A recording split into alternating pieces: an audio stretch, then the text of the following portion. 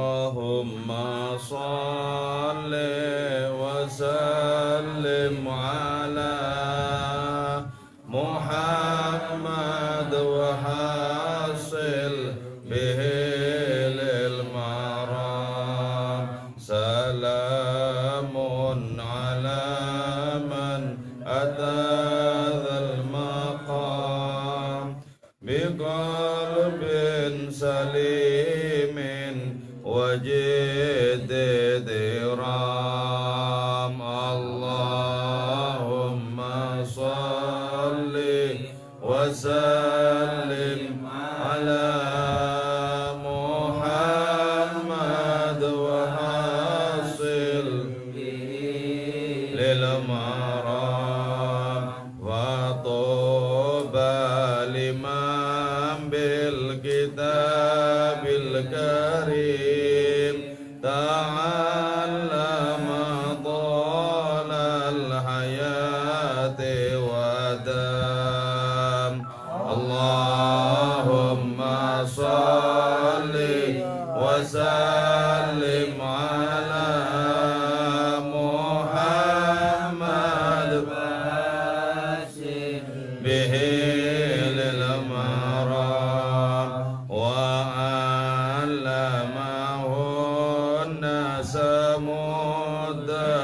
muddatahin wa fi kulli yawmin talabid dawam Allahumma salli wa sallim ala Muhammad wa hasil bihi lil maram wa ammala mana haitsu tada fa ya'malu ma qada kulla dimam Allahumma salli wa sallim ala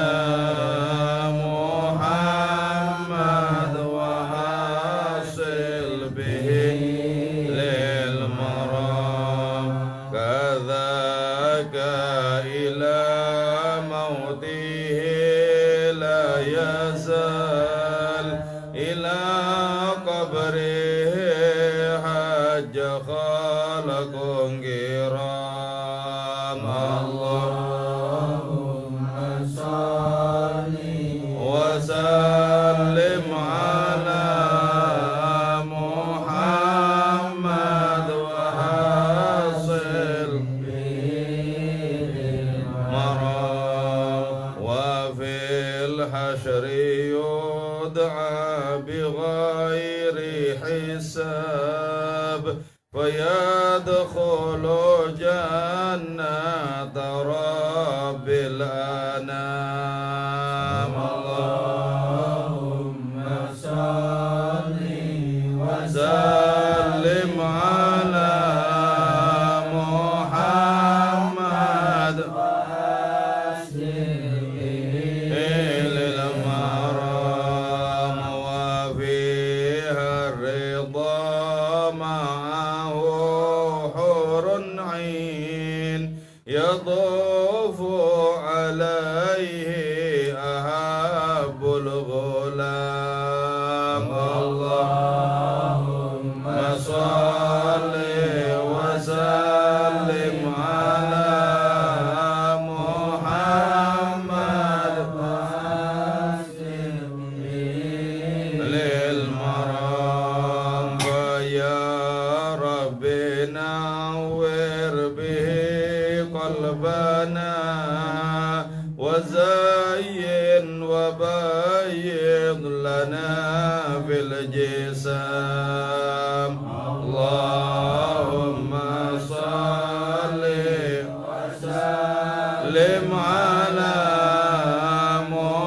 Muhammad wa hasil bihi lil maram bi nurihi admim lana nurana وسهل به أمرنا ما يضام اللهم صل وسلم على محمد وحاصل به للمرام وبلغ جميع مقاصدنا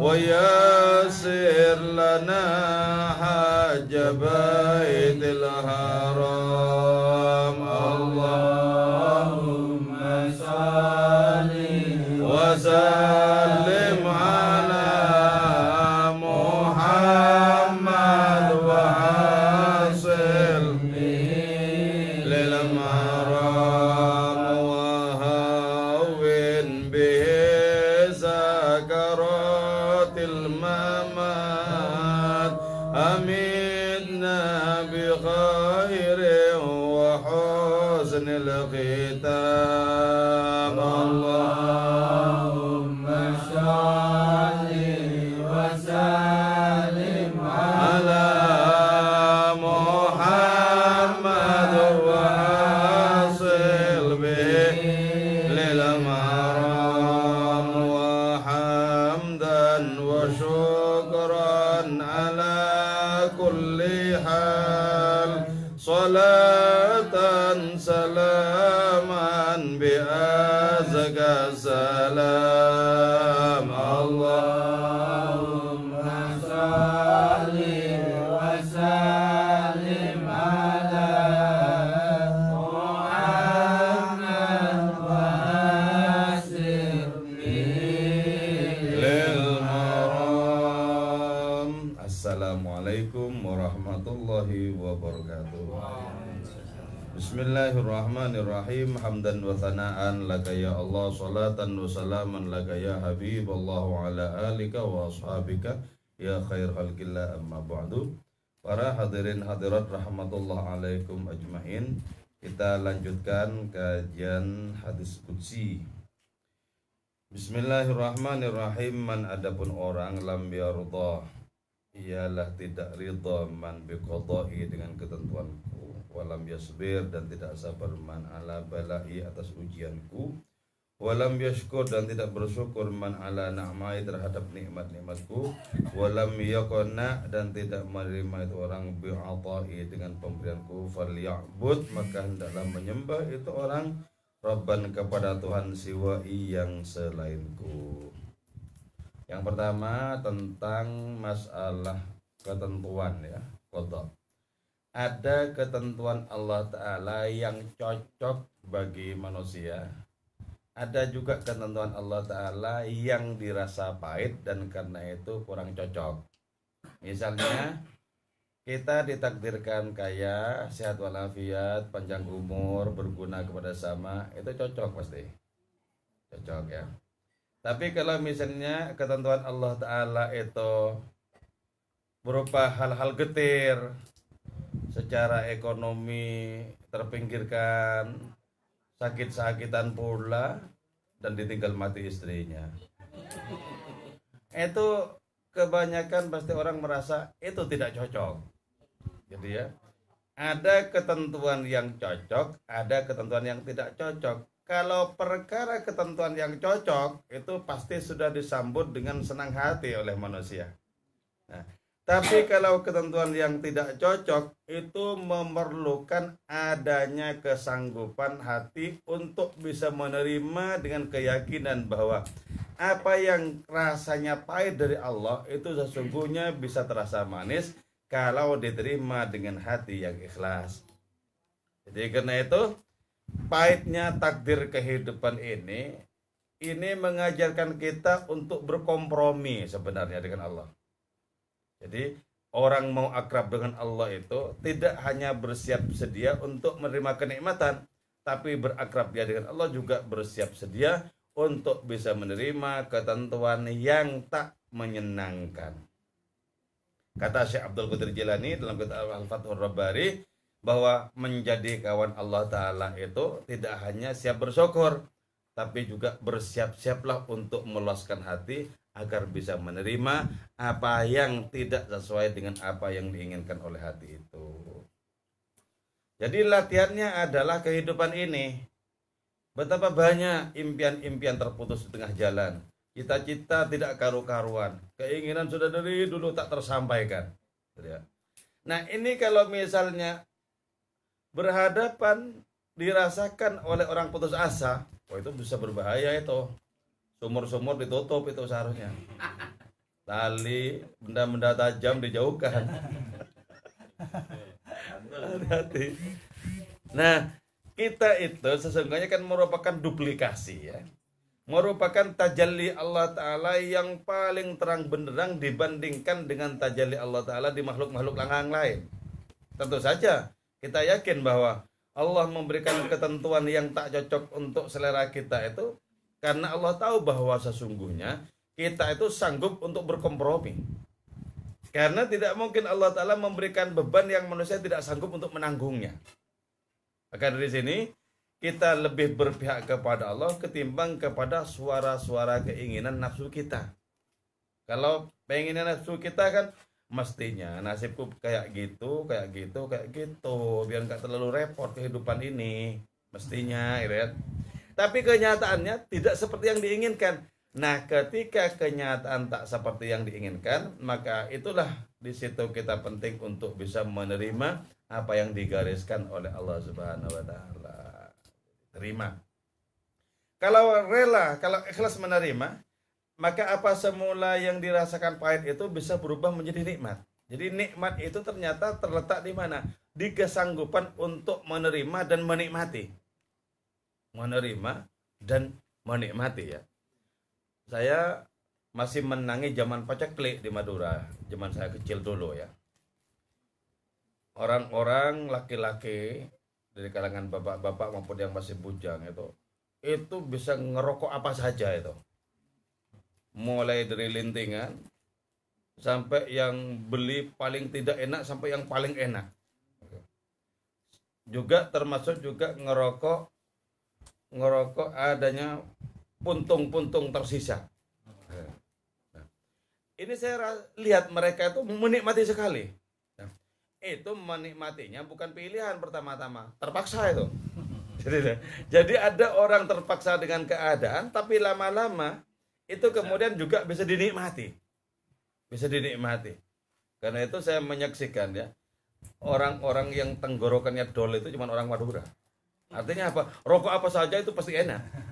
Kan dol itu. Tapi kalau ngerokoknya cuma 76, terus kalau tidak 76 batuk misalnya, itu tenggorokan manja. Jadi orang yang tenggorokannya dol itu nikmatnya itu sangat banyak. Karena apa saja oke. Ini oke, itu oke. Nah, itu gambaran ya. Gambaran tentang kesanggupan untuk berkompromi dengan keadaan. Berkompromi dengan apa yang ditentukan oleh Allah Subhanahu wa Ta'ala. Karena itu dalam hidup ini kita harus bersiap sedia untuk merasakan pahit. Kalau perkara merasakan manis tidak usah diajari. Pasti dengan sendirinya menerima. Mau tak kasih enak? Oh pasti iya. Jadi kita harus berhadapan dengan hal-hal yang perlu kita kompromi. Orang yang tidak ridho dengan ketentuanku, terus orang yang tidak sabar menghadapi ujianku. Nah ternyata salah satu buktinya Allah Ta'ala itu cinta adalah Allah memberikan ujian kepada orang yang dicintai itu.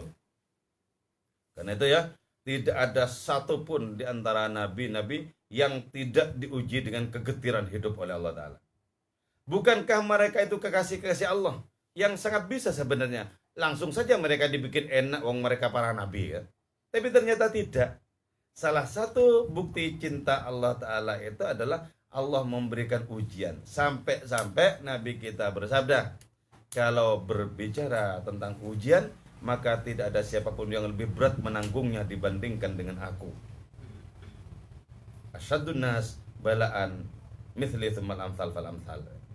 Jadi itu berarti apa? Bahwa ada model cumbu rayu keilahian yang kelihatannya itu ganas itu loh. Ganas. Hanya orang-orang yang jiwanya teguh yang bisa diajak bercinta dengan Allah dengan cara yang ganas seperti itu. Karena itu kalau kita memiliki jiwa yang rewel, jiwa yang manja, yang kekanak-kanakan, itu berarti tidak pantas untuk menjadi kekasih Allah Ta'ala. Tidak pantas. Jadi menjadi kekasih Allah Ta'ala itu harus apa? Memiliki kesiapan untuk menikmati yang getir dan pahit. Ada seorang waliullah sampai ucapannya itu mengerikan. Beliau adalah Maulana Jalaluddin Rumi. Beliau menyatakan di dalam salah satu puisinya, ya, wahai duka cita, kalau engkau punya nyali, punya keberanian, ayo datang ke sini, duel dengan aku. Jadi duka cita itu diajak untuk duel. Ketika orang-orang justru berlari dari duka cita. Orang-orang tidak ingin sedih, orang-orang tidak ingin nestapa, orang-orang ingin enjoy, senang, berbahagia. Maulana Rumi justru mengajak duka cita itu, kesedihan itu untuk menghampiri dirinya. Itu memastikan bahwa kondisi apapun, segetir apapun, sepahit apapun yang dirasakan oleh beliau, ternyata lezat di lidah rohani beliau. Jadi ada penderitaan lahiriah yang di dalamnya adalah kenikmatan rohani. Nabi Zakaria itu dibunuh oleh umatnya. Anaknya juga Nabi Yahya dibunuh oleh umatnya. Tapi karena cinta mereka menyala-nyala kepada Allah Ta'ala, kata Syekh Waluddin Attar dalam kitab Mantiqut Thair, karena cinta mereka menyala-nyala kepada Allah Subhanahu wa Ta'ala, maka bencana yang sangat pedih seperti itu sama sekali tidak digubris sebagai malapetaka. Justru itu dipandang sebagai apa? Cara Allah mencintai mereka. Nih, karena itu kita bermimpi tentang bagaimana akrab dengan Allah Ta'ala, itu harus bersiap sedia. Ada kalanya orang ya bisnisnya lancar, terus rajin sholawatan, malah merosot. Merosot inputnya itu, masukannya merosot. Waduh, jangan-jangan sia-sia dulu ini kan. Padahal itu salah satu bukti diuji oleh Allah Ta'ala. Kalau merosot, masihkah rajin kepada pengajian? Masihkah rajin kepada sholawatan? Masihkah rajin kepada manakibannya? Jangan dikira tekun terus nanti taraf ekonominya makin munda. Wah, kalau begitu pasti penuh rumah ini. Ya. Kalau itu buktinya misalnya pasti begitu. Pasti lama-lama sampai di halaman jamaahnya ini. Ya. Pasti tersiar di mana-mana. Itu loh, di Magangan itu manjur semua kalau menagiban ke sana. Wah, itu malah ngerepotin malah.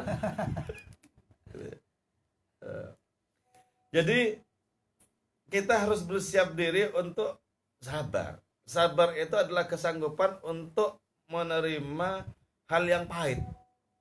Kesanggupan. As-sabru inda sadamatil ula. Ini pahitnya sabar ya. Sabda Nabi, sabar itu berada pada tikaman pertama. Misalnya apa? Kena derita langsung alhamdulillah dari Allah Ta'ala. Gitu loh. Bukan muring nanti setelah disambangi kawan-kawannya udah sabar baru reda. Itu bukan loh sebenarnya. Tapi lumayan tidak ngamuk-ngamuk terus itu. Lumayan. Jadi inda sadamatil ula di tikaman pertama sebenarnya. Di tikaman pertama. Kalau sampai ada di antara kita yang senantiasa memuji Allah bahkan ketika mendapatkan kegetiran hidup, jadi ketika mendapatkan iman memuji Allah, ketika getir memuji Allah, maka orang seperti itu akan masuk surga tanpa diperiksa. Alladzina yahmaduna Allah fi kulli syiddati wa rakha. Jadi kena bencana apapun, alhamdulillah. Sakit, alhamdulillah. Tapi mencari orang yang seperti itu yang sulit saya kira ya. Jadi apa-apa alhamdulillah sulit. Kalau cuman yang alhamdulillah pada penderitaan orang lain banyak. Kena sakit asalkan bukan saya, alhamdulillah. Nah, ini kan berarti menunjukkan bahwa jiwa orang seperti itu luas seluas-luasnya. Bisa dikatakan lebih luas dengan dunia ini. Jadi bisa memuji Allah Ta'ala pada setiap momen. Itu yang disebut dengan alhamdulillah ala kulli halin. Setiap saat. Itu menunjukkan orang itu betul-betul sudah mendapatkan tajalli dari nama Allah Ta'ala As-Sabur. Allah itu adalah Tuhan yang maha sabar. Nah, sekarang pertanyaannya begini. Lah Allah itu sabar dari apa sih? Kan gitu. Apa ada yang getir bagi Allah? Ya. Kok sampai Allah itu maha sabar? Ya. Suatu saat begini, Nabi Ibrahim itu dimi'rajkan oleh Allah Ta'ala, dinaikkan ke langit keagungannya. Dan ketika mi'raj, Nabi Ibrahim itu menyaksikan para pelaku dosa. Karena menyaksikan para pelaku dosa, Nabi Ibrahim tidak senang mereka, benci mereka. Kemudian berdoa karena sudah tidak betah melihat mereka itu. Ya Allah, tolong mereka dihancurkan. Setelah itu dikabulkan dan orang-orang berdosa itu dihancurkan. Terus berikutnya lagi, menyaksikan orang-orang melakukan dosa besar, berzina, membunuh dan lain semacamnya itu loh. Makin merasa tidak suka Nabi Ibrahim. Ya Allah, tolong dihancurkan mereka-mereka itu. Firman Allah Ta'ala kemudian begini, Ibrahim, kau baru sekarang menyaksikan orang-orang mengerjakan dosa seperti itu, kau sudah merasa tersiksa dan tidak betah. Kemudian doamu itu menghancurkan mereka. Saya setiap saat menyaksikan begitu dan belum pernah ngamuk. Jadi Allah itu sabar. Kalau sampai tidak sabar itu ya, menyaksikan dosa-dosa kita berkabut-kabut tidak karuan, banting saja sekalian. Juga sama, Nabi Musa pernah mengeluh juga kepada Allah, ya Allah, kau utus aku untuk menyampaikan risalahmu, untuk menyampaikan agamamu. Sudah ku ajak mereka untuk selamat dan berbahagia, mereka mencaci maki aku pula. Kan maunya Nabi Musa itu, Nabi Musa membimbing kepada kebahagiaan, kepada keselamatan, kan mestinya mereka berterima kasih, malah dicaci maki.